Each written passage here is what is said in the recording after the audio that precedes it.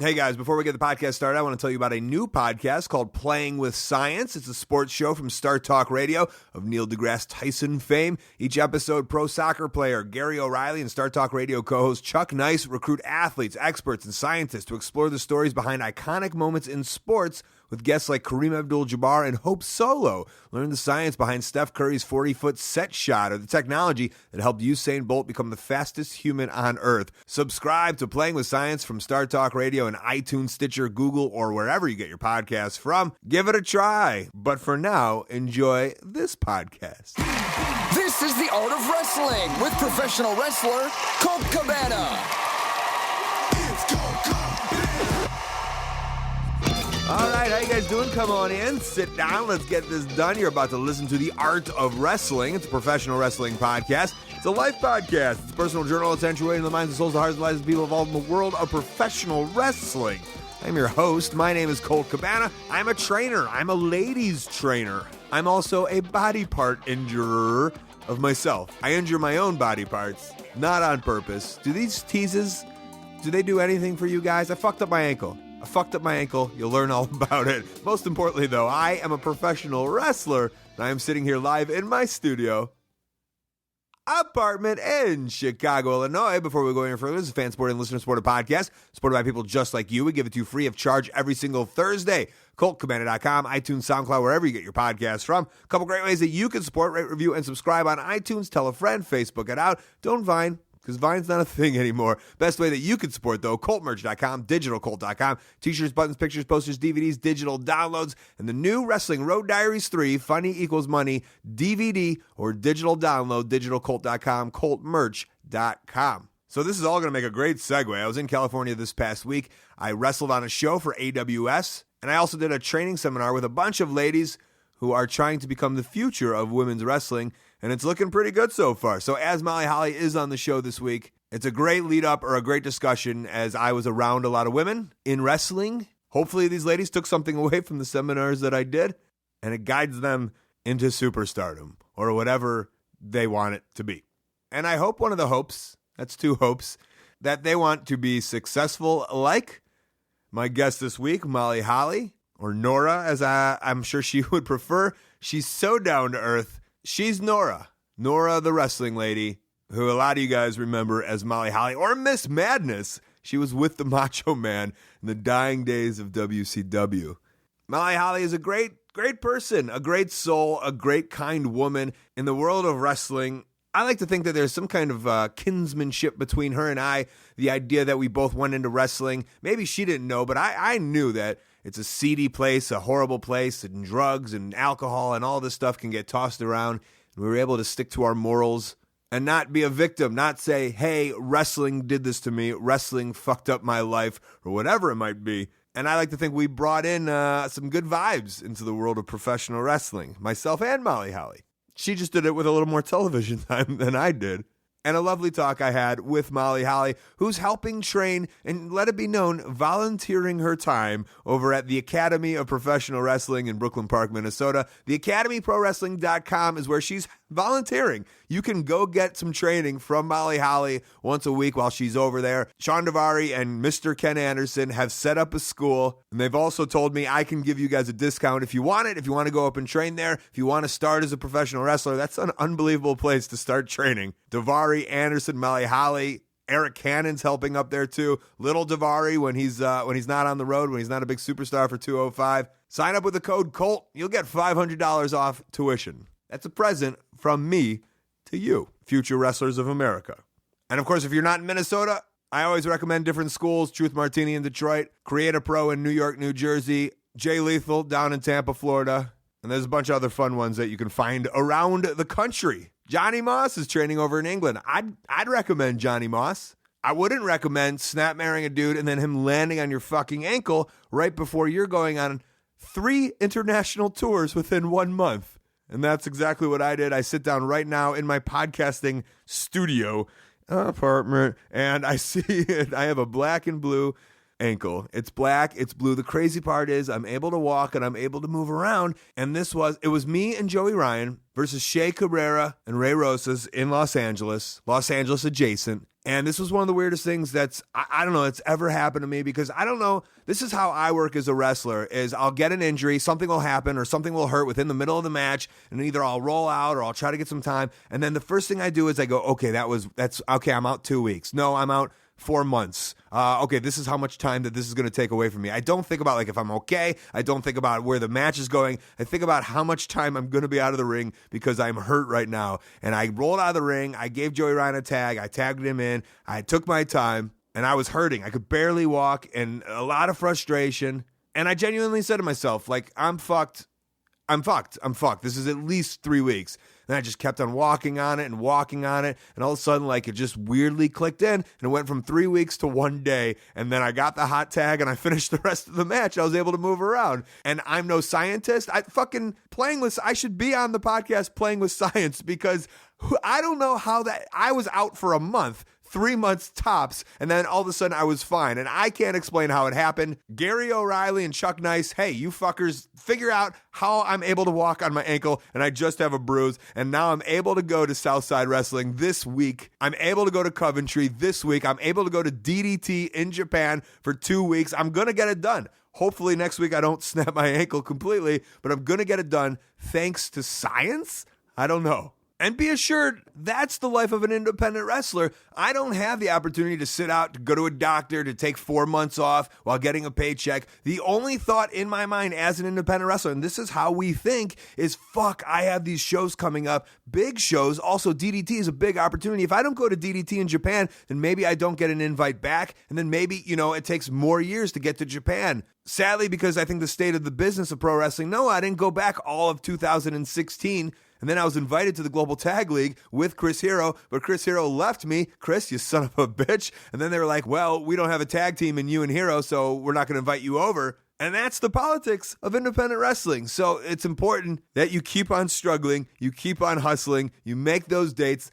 And luckily, I just got a big bruise. I'll wrap it up, and luckily I'm able to go to the UK to do Rev Pro, to do Japan, to do PCW, and the schedule and the struggle and the hustle, it will continue. This podcast will also continue with a Song of the Week. Song of the Week is brought to you by Indochino. Hey, let's get you a great deal on a suit with my promo code COLT. Suits and dress shirts, high fashion at a great price because the internet. The internet allows Indochino to make you custom fit shirts and suits. They gave me a premium shirt so I could experience, and it took like 10 minutes, if that. Remember, these suits and shirts are being fitted to you exactly. They're not sitting in a warehouse or off the rack. You put in your information and your details, and they have a team, and they get to work. Indochino is one of the largest made-to-measure menswear brands. Here's how it works. Head to Indochino.com or drop by one of their 9 North American showrooms. Pick the hundreds of fabrics and patterns. Choose your customizations from lapels to pleats to jacket linings and more. Submit your body measurements, and then in just 4 weeks, you're getting a suit. Let's get you a suit. My listeners, you guys, you get any premium Indochino suit for $389 when you enter the code COLT. That's 50% off the regular price. Shipping, that's free of charge. Again, Indochino.com. Use that promo code COLT. Never worry about badly fitting suits or expensive trips to the tailor. Use Indochino and get ready to look like $1 million. I bet the $1 Million Man used Indochino when he had those suits when he wrestled Macho Man Randy Savage. And we do have a Song of the Week, and it's in honor of Miss Madness herself. We're going to play a song called Savage. Riverside Odds is the band, at Riverside Odds on Twitter, riversideodds.com. These guys come and they watch local Philly shows because they're fucking great. They got a show Saturday outside of Philly at Walsh's Tavern. This was part of a compilation called Pissed Off Radio Volume 4, where all the proceeds go to Pink Fun and Teal Walk. PissedOffRadio.bandcamp.com. Enjoy it, and we'll be back with Molly Holly. Hey guys, we're also brought to you by ZipRecruiter.com. ZipRecruiter is a search engine for finding and posting jobs. Hey, are you a business or a place or a thing, or you have a wrestling company? Anything that you need to hire somebody. Posting your job in one place isn't enough to find quality candidates. You need to post your job on all of the job sites. And now you can do that with ZipRecruiter.com. ZipRecruiter already has 9 million resumes you can search through in their database. With just one click, send your job to 100 plus job sites, including social media like Twitter and Facebook. These are for jobs in any city, any industry, nationwide. There's no juggling emails or calls to your office. Quickly screen those candidates, rate them, and hire the right person. It's used by over 1 million businesses. You know who's featured ZipRecruiter.com? Forbes, Wall Street, New York Times, some of the big dogs. And once everybody quits from Pro Wrestling Tees from printing too many Kenny Omega and Young Bucks t-shirts, we'll probably find our next hires on ZipRecruiter. Right now, my listeners, you guys, you can post jobs on ZipRecruiter for free. Just go to ZipRecruiter.com/first. That's ZipRecruiter.com/first. One more time, ZipRecruiter.com/first. Yeah, you sent me like a list of subjects, and I mean, just before we were talking about it, before we even started, the worry of, and so do a lot of people call in, probably, or email and ask? I don't know, every couple of months someone will ask me to do some type of interview of some kind. And in your head, it's like, what do you think of Becky Lynch? What do you think, right? Like, those are the questions going on. Yes, or they automatically say, oh, you were so underrated, you didn't get the credit you deserve. And I think to myself, like, okay, well, I was women's champion. I have an action figure. I'm on video games, and I was on WrestleMania. How is that being underrated? Like, I think it went pretty well. It went pretty well. And you're asking me right now to do your show. If you were truly underrated, they wouldn't even know to ask you. They wouldn't even be on the radar. Right. Yeah. For me, this is it's kind of. So I'll give you, my listeners all know, but it's kind of this was our journey into wrestling. It's more almost psychological, or our thought process of where we're at in different places in our career, or why we're doing it, or our struggle, or our story. And there's a couple of things that I want to, I'd like to hit with you. Of course, the main one I think was, Beth Phoenix was on my show, and that was like 5 years ago. So like, I don't even know if I have the story right. And I kind of wanted to get the story from you. And she told this amazing story. Obviously you'll know, and you're blushing, I think. Yes. And, those are the great stories of wrestling that are unheard of. And then also you gave me this list of like, hey, here's what I'm passionate about. And sorry to get that out of the can. Oh, it's okay. Yeah. Mm-hmm. And I think, obviously, because you're probably right, I couldn't tell you about the storylines, but this is what I could tell you about. And in my head, I was like, great, because there are some great topics that you hit on. And in my head, it's like, well, I want to know maybe like what this stuff has to do with wrestling, or how wrestling, and I'm sure, right, a lot of it had to do with it. Sure. And to me, that's the special stuff. Yeah. Okay, so let's start with that Beth Phoenix story. Okay. Yeah, I actually did listen to her being interviewed about the whole thing, and I didn't remember half of the things that she shared. And so, of course, I was flattered, and I thought that was so nice that she honored me with, telling the story. But I do remember that when she was trying to break in or make it, she was already doing the indies, but, wanted to make it to the big time. I just saw her work ethic and her personality, and I was like, man, I really want this girl to make it, And so, yes, it is true that I did pay for some of her schooling, and I was just so proud of her that she did make it, and she just did an awesome job of representing women in the industry. Where did you? Because so at that point, were you not on TV that you saw her around? Or? I think that you were a thing. No, I was on TV, but sometimes on my off days, I would go to the developmental territory. She was in OVW. She was in OVW, and so not everyone in OVW was under contract. They had like local people there training to hopefully meet the right people and get an in and stuff. And so I was there. Definitely, I was under contract, but I was there either because they asked me to be, maybe I was doing something with the developmental, or maybe I just went on my own, like for fun. I don't remember exactly. Which was in Louisville at the time. Mm-hmm. You didn't live in Louisville at the time. No. Do you think you went there for fun? I think I might have. Maybe I had a crush on John Cena at the time. I think he was there. Who would have a crush on John Cena? Right. Wait, is that real though? Yeah, that probably was one of the reasons I was there. Is that like a sneaky? That's an inside scoop that I had a crush on him at one time. Yeah, but it's more like you kind of like, I don't know. That seems like a real dude move to be like, oh, there's this cute girl. Like, I'm gonna go creep and go up maybe. No, I mean, at the time I was passionate about wrestling, and so I wanted to be a part of it. And I don't remember all the details, but you remember how cute John Cena was? Yes, he is a cutie pie. Wow. So okay, that makes sense. A little more sense. And then you see her down there. Do you think like other girls? I guess the story wasn't revealed. What'd you do? You slid Danny like some money under the table, or? I don't remember. I may have talked to Danny and said, how much does she owe, or how much is this schooling? Like I don't remember exactly, but I probably wrote Danny a check, probably. And for you at that point, I guess money-wise, is it just like, I'm on the road, I've got enough? I know you're always a charitable person. Yeah, I mean, I don't have kids to support. I don't have any debt. Like, I've always lived beneath my means. Yeah. And so for me, a couple $1,000s like wasn't really a lot of money, I guess. Let's talk about living beneath our means, because that's, I don't know, and I'd like to know where it comes from or why, and especially, and I think about that a lot. I think about, I was just with some wrestlers, I guess I won't name names, that made a lot of money, and then all of a sudden they don't, and now they're all broke, and they don't have any money, and it's, yes. And I was always like, I don't know. I'd like to know where it comes from for you. Well, I had really good financial mentors in the industry. Like when I was first getting into wrestling and actually like training to be a wrestler, I lived in half of a single wide trailer. It was a weekly rental trailer park that came furnished. So imagine the transient community and like how awful. Okay, that hold on. would I got to be. stop so much of this already. Okay, did you come from money? My dad is a truck driver, and my mom wiped down tables at the elementary school during the lunch hour and supervised recess. Adorable. So they were, hardworking people, and we always had enough.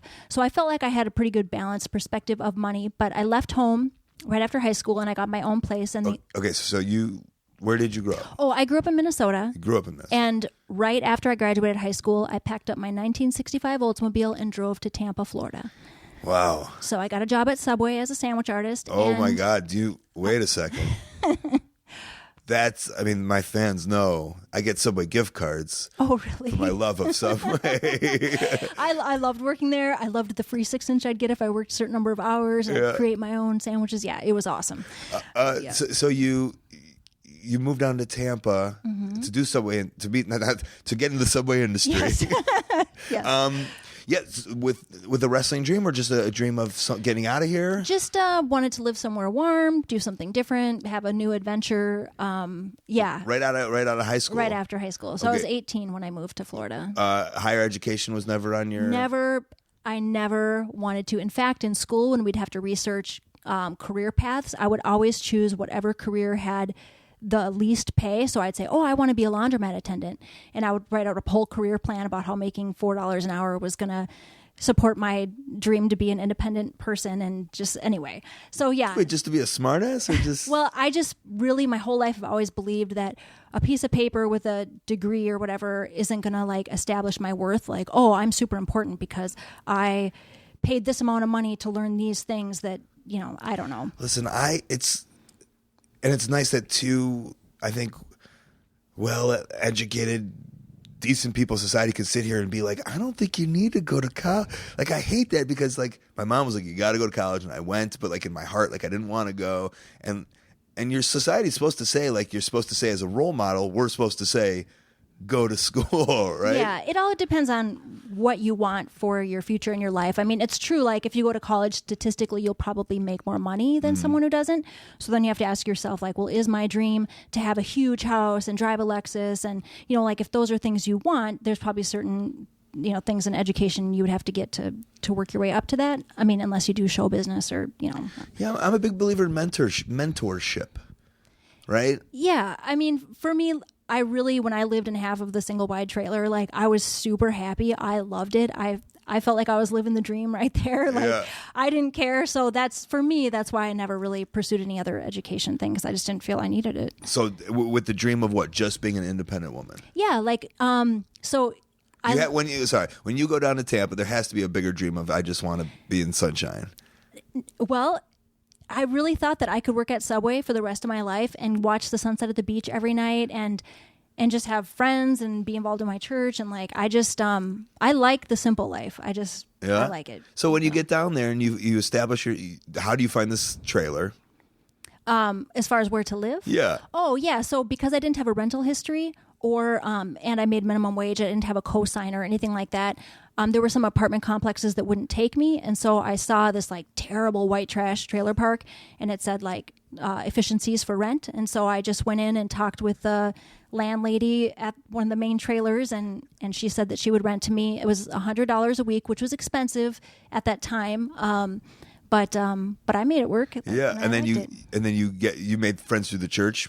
Mostly I'm just through trying work. to think of like how you go somewhere else and just start a new life. Oh, and yeah. make friends and like right. Yeah, so I got a job at Subway my second day in Florida. Okay. Because I had Subway experience in Minnesota, so I went down and said, so "Hey, you were part I'm of the Subway experienced." community. Yes. And so I got hired right away, and then you meet friends at work, and then I found a church and met friends at church, and then I found that trailer, and yeah. Okay. And you're just going to live life. Yep. And is this where wrestling comes in, maybe? Yeah. So at Subway, a coworker said he was attending a pro wrestling training camp. He's like, "Hey, you look athletic. You should come to this school." And I did not know that women wrestled. I thought that they just like opened the ropes for the guys, like a ballet type of thing. And I love how you also mimed on the side. Opening the ropes. Yeah. Yeah. So I just went to this pro wrestling training camp or school or whatever out of curiosity. Like I didn't know exactly what it was, and I really thought that people were going to be at the school wearing like face paint and sequins and things like that, but they were. Why would you know, right?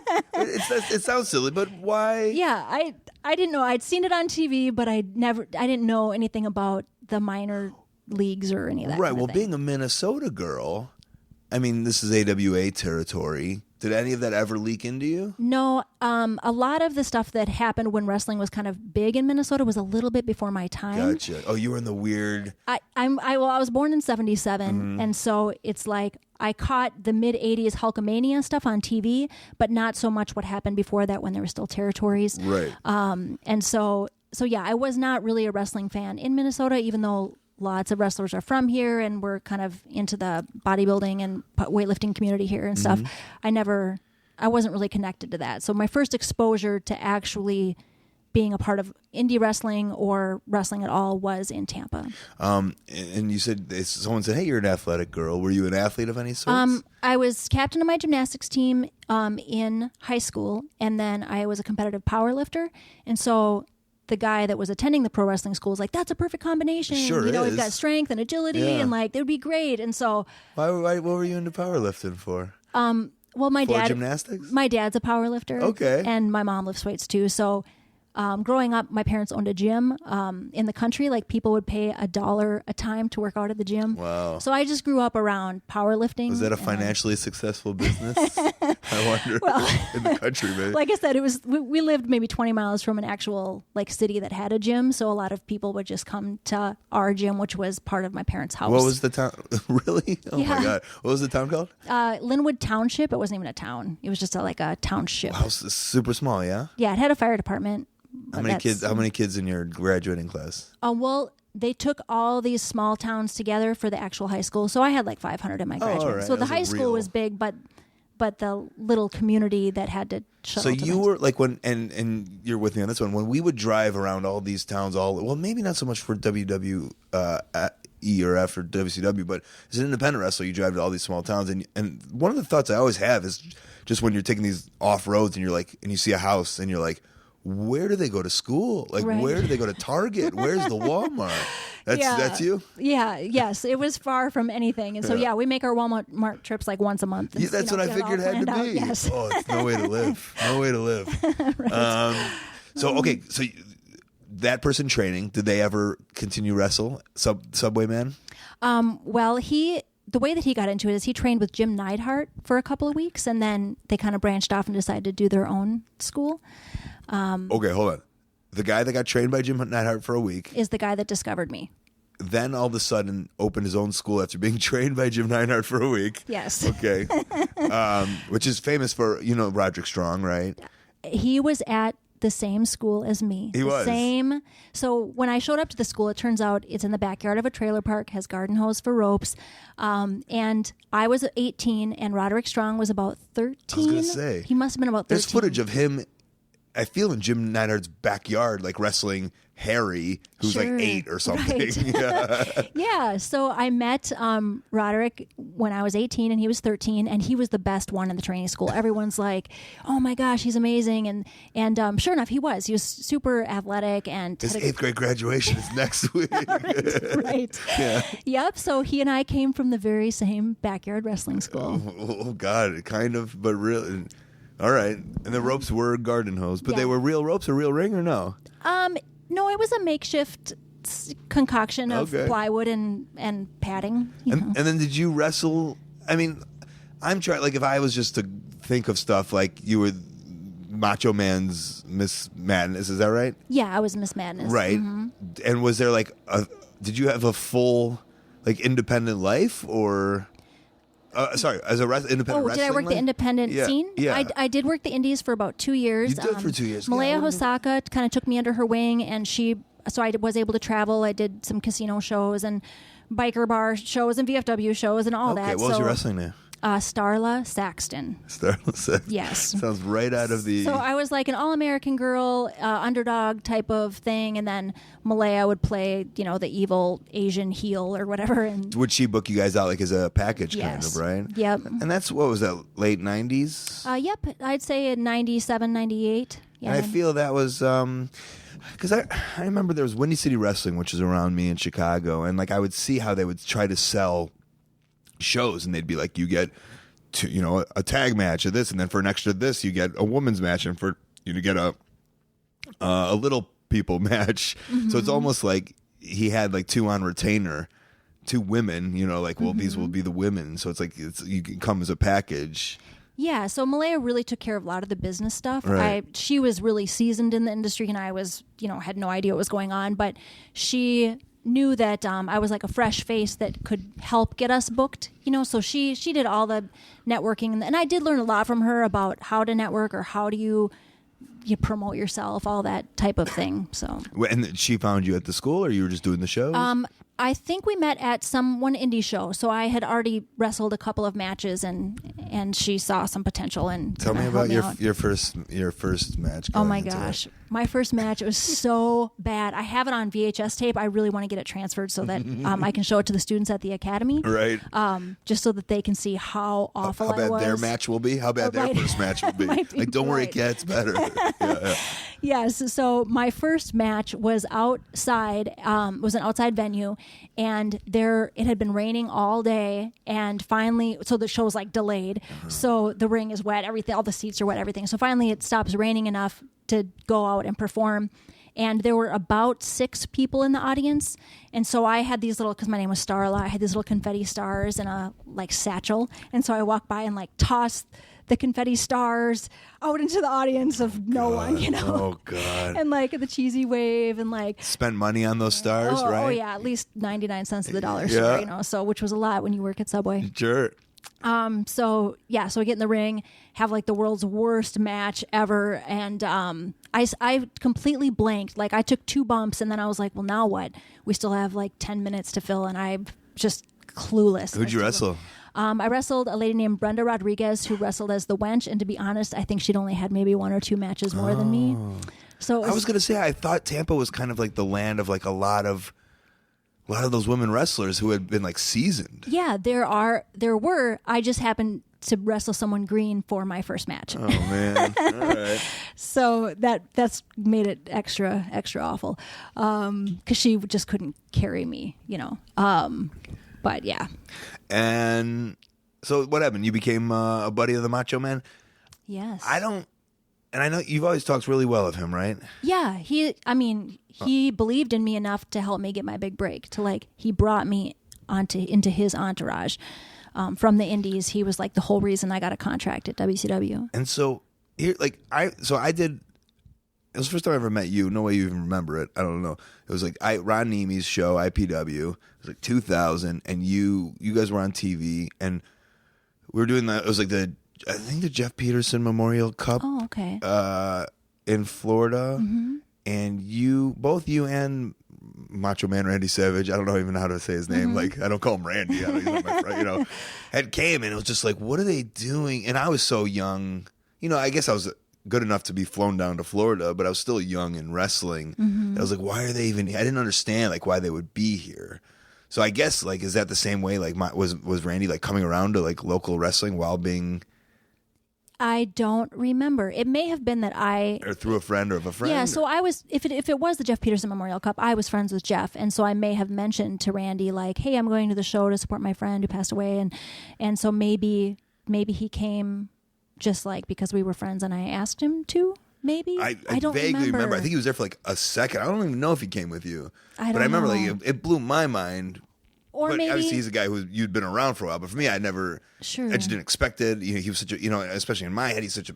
My childhood, I was like, "What's going on here?" He's just hanging out in the parking lot, which is my vision. But obviously, it's different for you. Yeah, I don't remember all the details. But I'm saying, when he took you in, was he around like an independent show? Oh no, the way that I met him is that his brother Lanny was on the same independent scene as me, so I got to know Lanny, and then Macho Man mentioned to Lanny, "Hey, I want to teach my new girlfriend Stephanie how to do some wrestling moves. Do you know any female wrestlers that could show her a few things?" And Lanny's like, "Oh yeah, I know this girl Nora. She wrestles locally.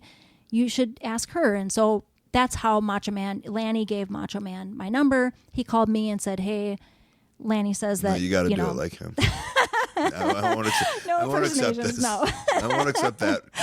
Yeah, so when he called me, of course I like freaked out inside. I'm like, "Oh my gosh, the Macho Man just called me on my phone." Like it was insane. Of course. And he asked me to take a leave of absence from my job in order to spend a whole month every day teaching his girlfriend how to wrestle. And so I did.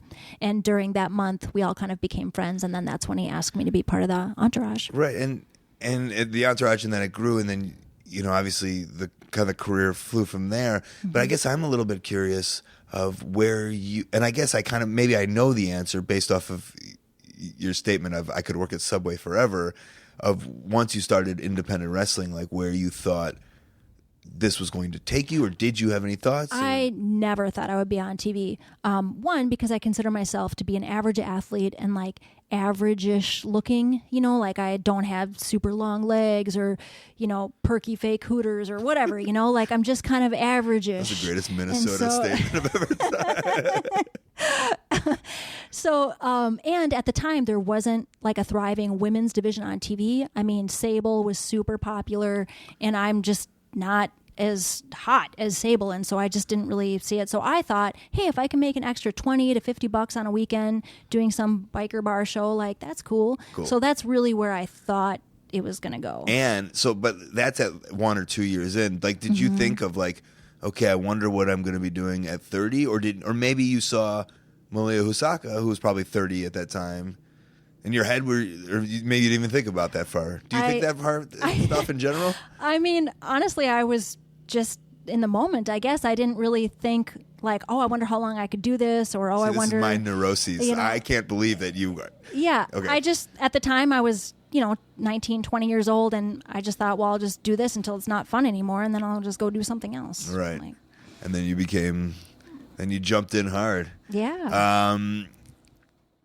So WCW is the shit show that we all hear about. I loved it, but I was really pampered because I was part of Macho Man's thing. Like we had our own private dressing room. I never worked house shows. I got paid really good money to show up 5 minutes before TV starts, and then Macho Man comes in and tells the booking office what he's doing for the show. Is that how that works? And then I escort him to the ring, and if he gives me a missile drop kick or something to do from the top rope, he just tells me when, and I do it, and then I go home. And so I thought it was awesome. So were you ever like, I want to try to do? Did you see all the wrestlers and all the people around there, and like, how do I learn? Or were you like okay with showing up 5 minutes before everything and just having fun? Well, when I was part of the entourage, it wasn't the stress of having to do any promos or having an actual match. I just felt I never got nervous out there with Macho Man because I know that he was doing all the hard work, and he would never ask me to do something I wasn't capable of doing because he wants it to look good. So I would just show up, or we would all be together, and he would. But do you understand like what I'm saying? Like, and the like years later when you're in WWE and you show up at 12 and you're there for 9 hours, but then the reality is like there's all these people around and you get in the ring, or just the learning opportunities are there. Yeah, I guess at that time maybe You didn't even know that was a thing. Probably not. Right. I probably did not know that people get in the ring beforehand and try new things. Or and, you could talk to other people and pick their brain or anything. I guess yeah, I just felt like, wow, I guess I was like in shock that here I am working angles with Hulk Hogan, Ric Flair, Kevin Nash, Sting, and I'm like a part of this. And so I thought, well, I'm already at the top. Like, there's nowhere else for me to go. Sure. So I wasn't trying to excel already a anymore. huge I'm like, I've star. already made it. Yeah. Right. And that's so, you know, I think a known thing about you is almost like your I think, and you correct me if I'm wrong, but is your ability to stay away from the grossness of the social whatevers of professional wrestling. Would you agree with that statement of some sort? Yes. I mean, there's definitely a dark side to, you could call it the entertainment industry, or just some parts of life that are a little more shady and sad that I try to avoid. Yeah, and I think like I've always been this way in my heart as just a person in high school. You know, I was like it's there, but I know just to say no. And then obviously I was always like, all right, I know in wrestling they're gonna want me to party, they're gonna want me to do steroids, and I'm just gonna stick to myself and say no.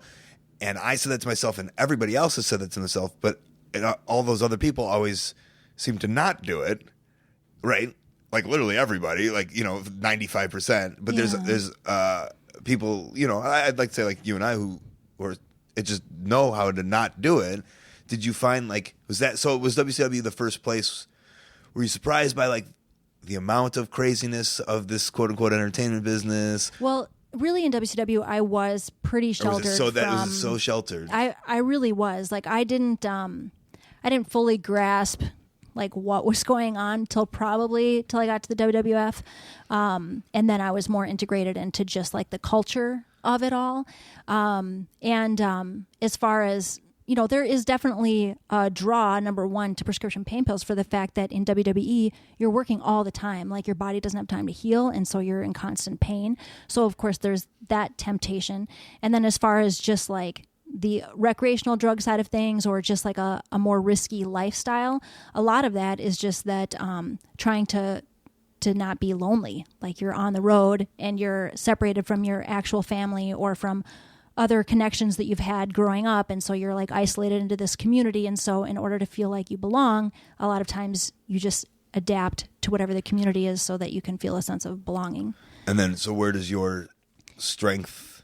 So for me, I feel like the reason why I was able to not get sucked into the negative side of things is because I've always felt a sense of belonging in like the Christian community. And so there's like... Of Edge and Christian? Just his community specifically. Right, wait a minute. So when I was traveling, I was able to go to church on like a Sunday before the house show. Said no wrestler ever except you. So I always felt that I was still connected to things that mattered to me, regardless of where my job was taking me. And so even though I did, you know, identify as a pro wrestler, and I did feel that they were part of my family, my sense of belonging stretched beyond that because of my relationship with Jesus and Christians who believe the same thing. That was just kind of like a common bond. No matter what city I went to, I could find people that were like-minded. Were your parents scared that like you would fall into some of this stuff? No, they didn't know. Well, they didn't know anything about. They didn't even know what the life was like. No, they had no idea, and I certainly wasn't going to tell them. Yeah, but I remember my mom being like, maybe a couple of years ago, just being like, we kind of assumed you just smoked weed and did steroids because, like, you know, they were like blown away that I'd never done any of that. Well, my parents knew that I didn't do steroids, obviously, by looking at my physique. Wow. So they were not worried about that, and yeah, I've just never, I don't know. But that's a whole different beast with that I wouldn't know about, and I don't know if you know about that. Is so maybe it's not steroids for the men, but I'm sure it's like weird diet pills for the women. I'm sure there's a whole variety. Yeah, I mean, obviously, a pressure to be lean, to have abs of steel is what every, you know, female showbiz girl should have. And that was on the thing you was one of them was. Yep, the food addiction, all recovery stuff. So when I was in the WWE, I knew that if I could eat less and have abs, instead of being on page 7 of a magazine, I could probably be on the cover. But I couldn't eat less. So I didn't know at the time that compulsive overeating is like an eating disorder. I didn't know that was a thing. I was like, I've heard of anorexia, I've heard of bulimia, and what compulsive overeating would just in your head? That's what like fat people do? Is that what you think? Yeah, like right. that's well, I thought it just meant you're like don't have willpower, like you're I don't know. I guess I didn't know at the time that it was a thing.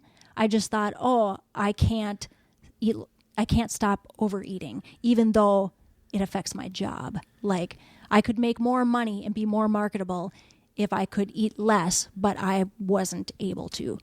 So that was definitely a lot of pressure, besides steroids for the men, but it was like a constant sense of failure and knowing that there's this expectation that I look athletic and fit, but because I can't stop overeating, I'm failing in that area. And of course I tried to make up for it by being a master technician in the ring, or by always trying to come early, stay late, work hard, train other people, try to make up for my shortcomings. But you were like, I don't even know, a diagnosed overeater? So it wasn't until after wrestling that I even knew that it was like a thing. Like, did this come from Subway? Because it's so delicious, just can't stop. Yeah, which I'd get. I mean, those cookies are so good. They are good, yes. No, I didn't know.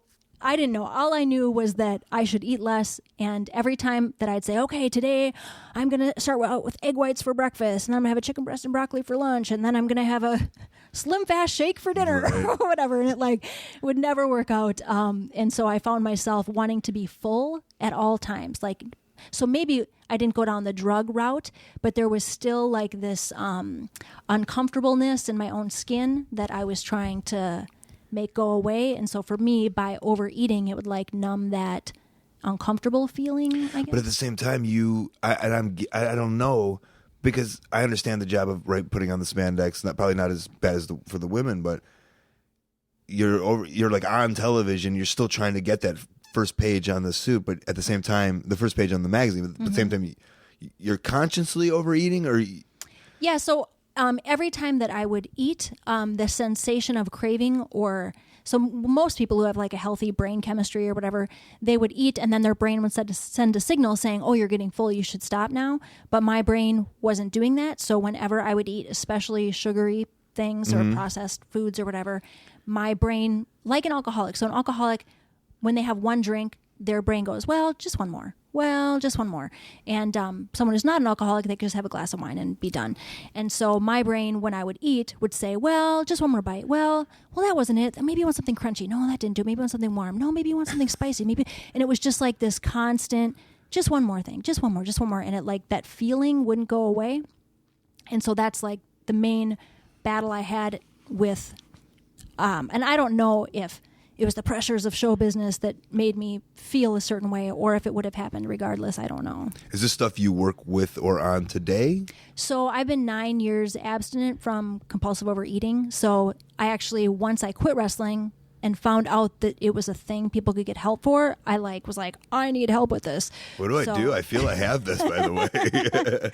So there's a 12-step group that specifically is for food addiction. And then I also went to like a psychiatrist, and there's a eating disorder clinic in the Twin Cities that I went to say, hey, how can I get my brain to react properly to not have a sensation of craving at all times? So I worked through it, and it took me a couple of years of like really hard work to try to balance all that out. But today I'm not on any medication, and I only eat when I'm hungry, and I stop when I'm full, and I feel like it's not on my mind anymore. Do you?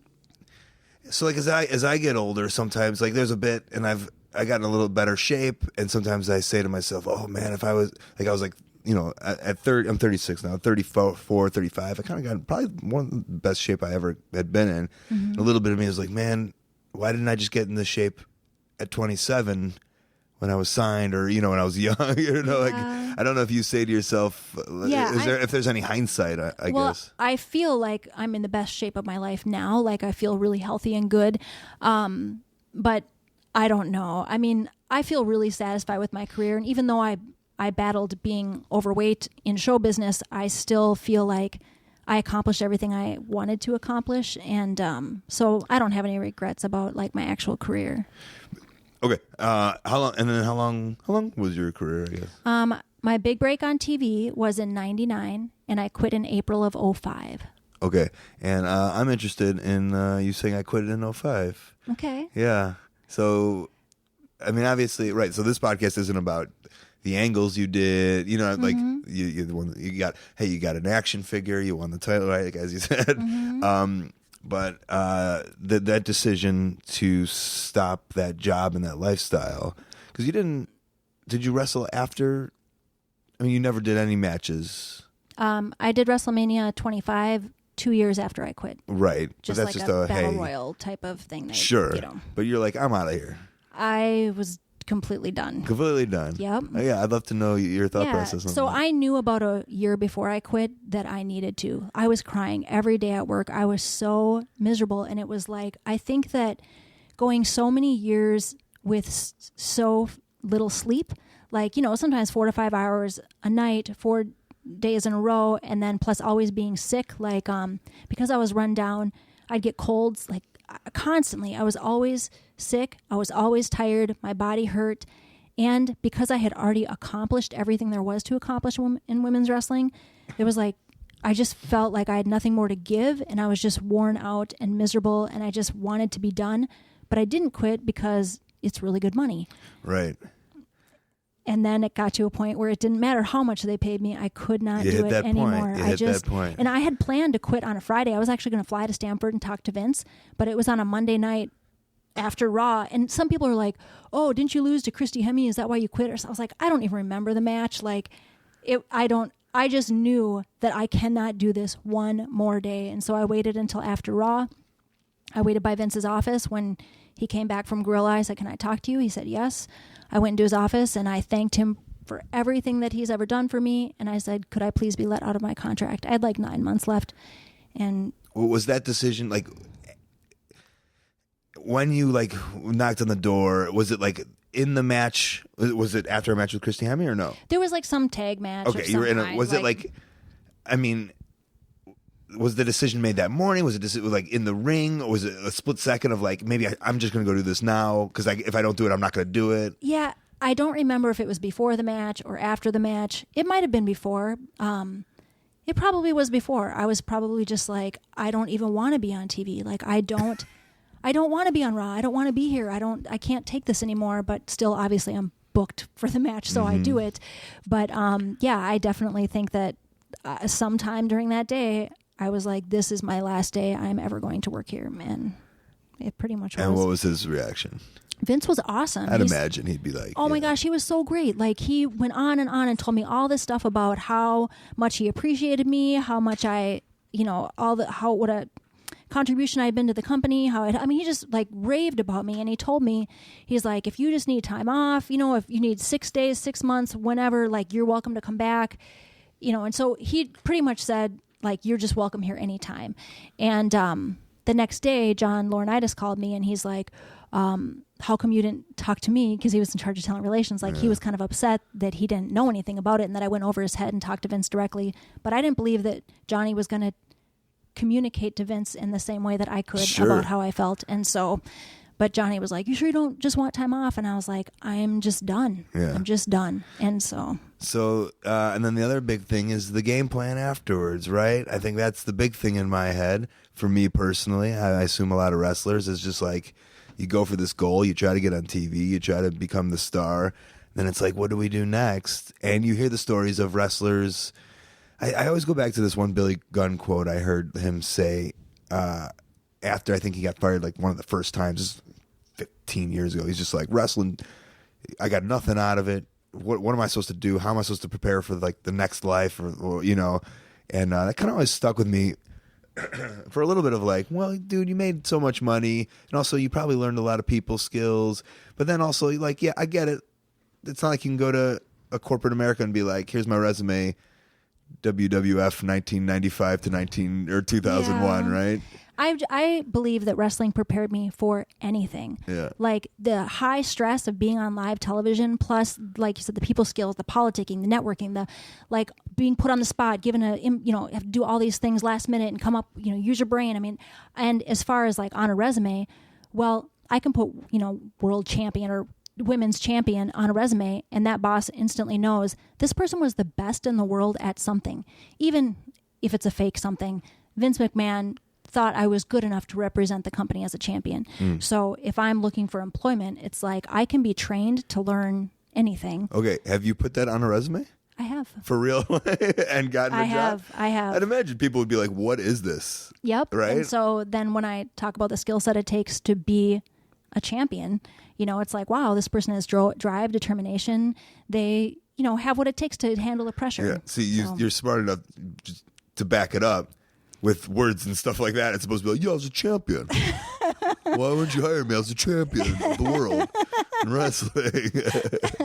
Fair enough. Yeah, so I really, when people say like, oh, all I've ever known is wrestling, and now that's, so I have a whole theory. I could, if you don't mind me going into this I'd love theory. to, yeah. So I read this book called Tribe by Sebastian Junger, and it's about soldiers coming home from war and about the PTSD thing that's, lots of people suffering from PTSD. And in this book, they're saying that when you are deployed, you are with other soldiers, you're sleeping in the barracks together, you're eating together, you're in high stress situations together in combat, and there's like this sense of community and these like trauma bonds that are formed. And then when you go back home, you are stuck to process all of that in isolation. So you no longer have people that have been through that. You are now on your own. And so your family can try to connect with you, but they don't really get it. And so so that's why this PTSD thing is happening with soldiers, is that they go from community and a sense of belonging to a sense of isolation. Which is? So that's what I think about this whole pro wrestling thing, is why so many wrestlers have a hard time thriving after pro wrestling, is because they've had their soul identity and their sense of belonging wrapped into wrestling. And also you do develop bonds with people. It is a trauma bond to go through this like crazy circus with the pressure of TV and the pressure that Vince McMahon puts on you, or all these things, and you're speaking your own jargon, your own language. You understand that we're doing this really weird thing, and other people can't totally relate to the lifestyle that we live. And so when people get injured or they get fired, then all of a sudden they step out of the community and their sense of belonging into isolation, and they feel helpless. They feel like, well, now what am I going to do, and how can I relate to people? And they've already set their mind that they've lost their identity. So, and how is your dealing with it? So for me, like I briefly mentioned before, I was already also connected to the Christian community. And I feel you're also on the level a little more than a lot of... maybe it is the Christian community that you've taken yourself enough outside of the wrestling bubble while in the wrestling bubble, which is something you said, but I'm sure that helps a lot, right? I transitioned super easy back into like normal life.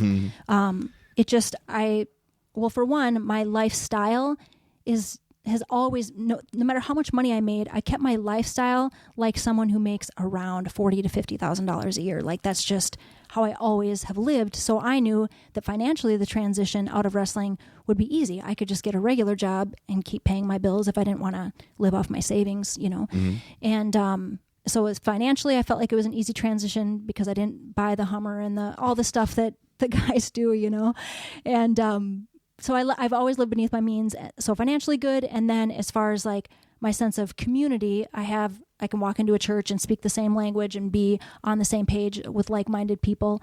So I'd say those are like my two main transitional pieces that were not difficult for me. Right. To go back amongst the norms. Do you think as a wrestler though, like, right, as wrestlers, we kind of like, there's this like, hey, we're the wrestlers, but those are the normal people, or the civilians. Do you still have that a little in your head? So some people are like born to be stars. Like it's like in their blood to be entertainers, and they just have so much more to offer.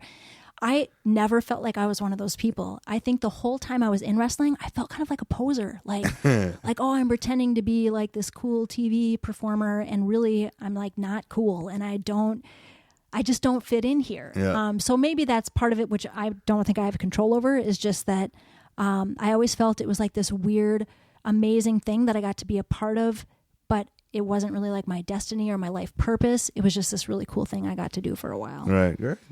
And then, is there anything else that, well, you were like a counselor that you, well, I guess on the email that you sent me that you were passionate about, that there's something that you wanted to hit as we wrap up. Well, we don't have to hit all the subjects or anything like that. But I think I've always felt like a deeper purpose in life. Like I didn't want my purpose to just be to entertain people.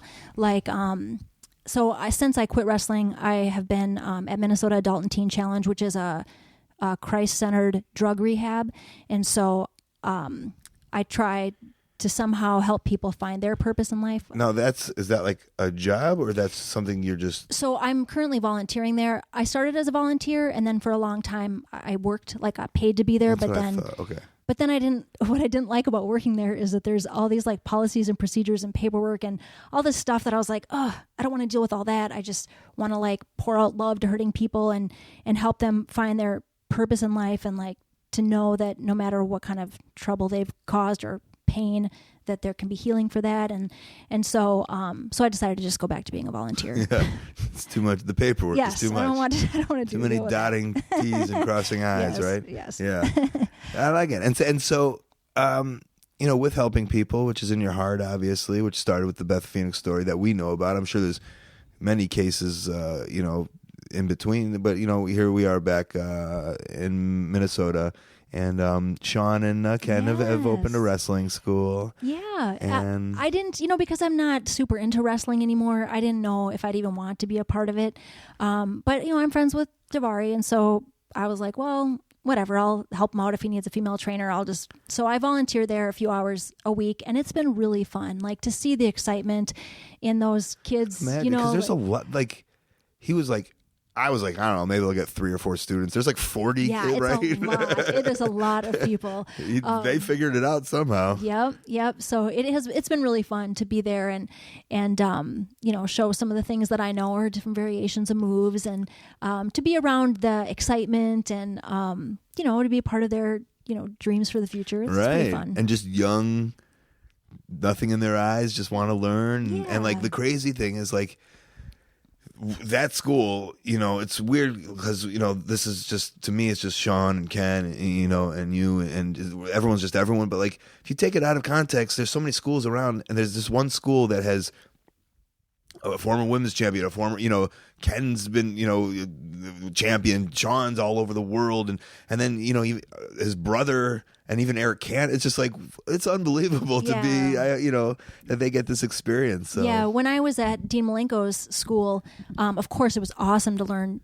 Was that in the backyard at the No, I graduated from the backyard school, and Dean Malenko did invite me to be a part of his training camp, and so I trained with Dean. But every now and then Eddie Guerrero would come in, and it'd be like, "Oh my gosh, Eddie's here!" and it'd be so exciting to have another TV performer, contribute. And so so there's a big group of us at the academy, and so it's fun too, because Ken will ask me to show them something, like, "Hey, will you show them this reversal and do this?" And I was like, "Crap, I don't think I remember how." And then I'd say, "Ken, lock up with me," and sure enough, it's like riding a bike. I was like, "Oh yeah, I know how to do this." So then do you try not to show them that you don't know? Oh, I'm very honest. I'm like, I have not done this stuff in like 12 years. I have no idea. Yeah. But I mean, I'm not trying anything crazy there. I'm not doing any top rope triple flips into a cup of water or anything. But yeah, as far as the basic maneuvers, I do remember how to do that. Very good. I'm glad. Are you on the internet? No, I'm so not into social media. Nothing. People always say, "What do you want to promote? Like, what's how do they?" I do the celeb VM thing. Okay. So people, good for you. I got talked into that. I was like, and actually, that's been really fun. Of course, people just want me to say like, "Hi, happy birthday," and I'm like, "Let me give you some life lessons. Let's go deep here in these 3 minutes on your celeb VM."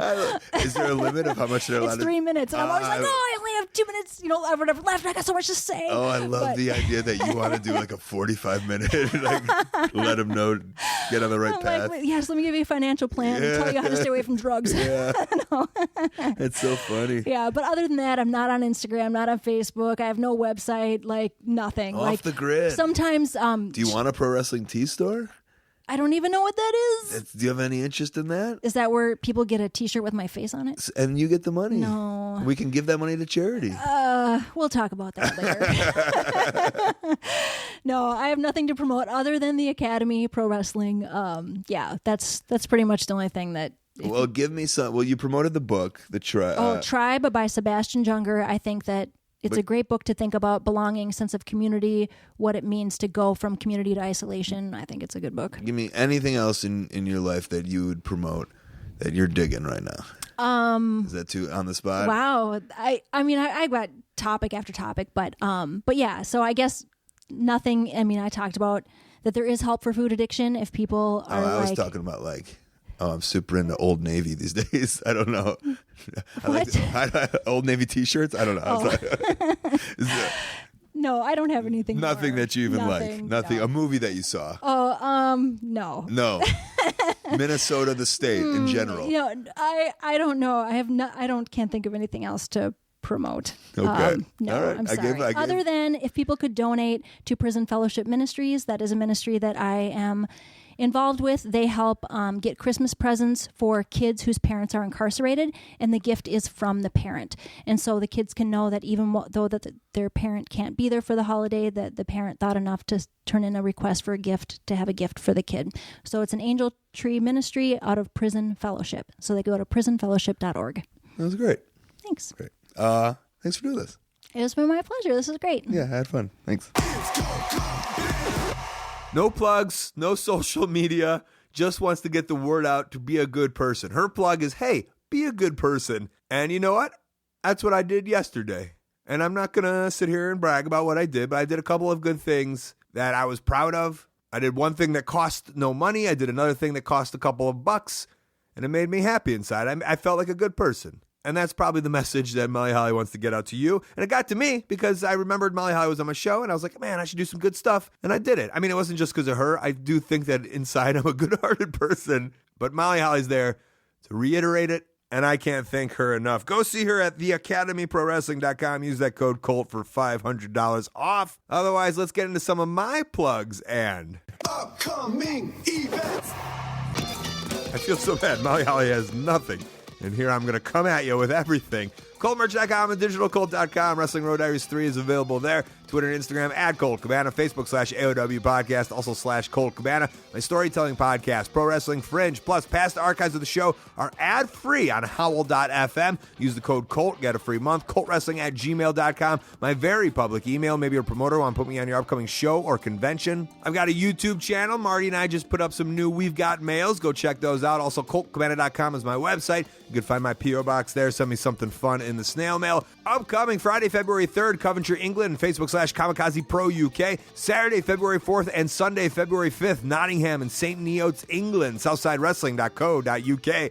February 12th, 14th, and 19th, Tokyo, Japan, or you can sign up and watch at ddtuniverse.com. Friday, February 24th, Portsmouth, England, revolutionprowrestling.com. Saturday and Sunday, February 25th and 26th, Preston, England, prestonscitywrestling.com. Saturday, March 4th, New York City. Friday and Saturday, March 10th and 11th, Las Vegas, Nevada, rohwrestling.com. Sunday, March 5th, Bowling Green, Kentucky, Facebook /United Pro Wrestling KY. Friday, March 24th, Cleveland, Ohio, AIWrestling.com. Saturday, March 25th, Windsor, Canada, BorderCityWrestling.com. Sunday, March 26th, London, Ontario, Canada, Smash-Wrestling.com. That sounded nice. And March 29th through April 1st, Orlando, Florida. I'm going to be all over the place. WrestleCon.com. That is the show for this week. A huge thank you to you guys at home for listening. You know I really appreciate it. Thanks to Molly Holly. Thanks to Cable Guy Jeff and Stu Stone. Thanks to Kid Russell, Matt Jenkins on the music. Thanks to Dane Miller with the tech. Thanks to our sponsors, highspots.com. Hundreds of full-length titles available to download. A VOD service that's amazing. Subscription box, $5 wrestling titles, AMA, knee pad, gear, mask, ring. You got it. Get it there. OneHourTees.com. They help run Pro Wrestling Crate.com. They help run ProWrestlingTees.com.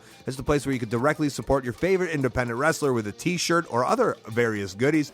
tweakedaudio.com/Colt. The earbuds that I use get over 30% off and free shipping just because you listen to this show. I got to go ice this thing. Also, when this is getting put out, I will be in the air heading over to the UK. I'm excited for that. I'll see you guys over there. I'll see you guys over in Japan. If you're a Jap, there's got to be, I'd say that when I went over to Noah, I would say that there was 10 Japanese fans who came up and was like, I listen to your podcast.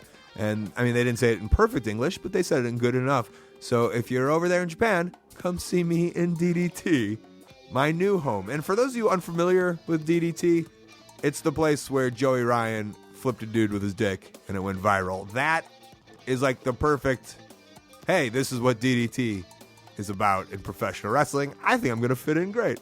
All right, this has been The Art of Wrestling for Colt Cabana. I'm Colt Cabana. Thanks.